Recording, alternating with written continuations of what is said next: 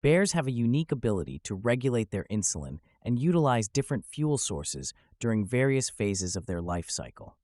During the active phase, bears consume a normal diet and their cells respond to glucose and insulin as expected.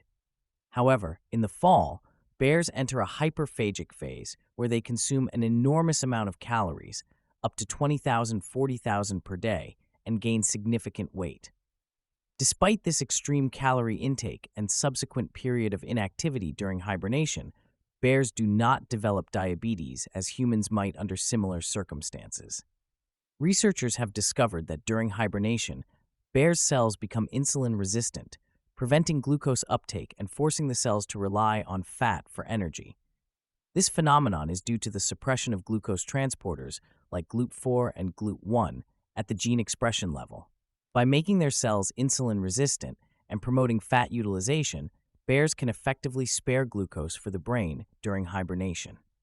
This metabolic adaptation in bears shares similarities with the effects of low-carbohydrate diets and intermittent fasting in humans.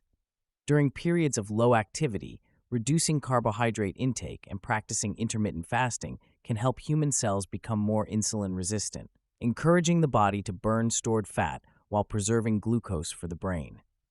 However, it is important to note that humans require consistent protein intake and regular physical activity to maintain muscle mass and overall health, unlike bears that can remain sedentary for extended periods.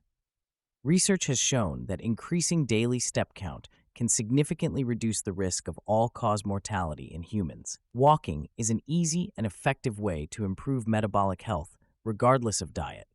For those consuming carbohydrates, walking enhances insulin sensitivity and glucose uptake, while for those following a low-carb diet, it promotes fat burning and insulin sensitivity.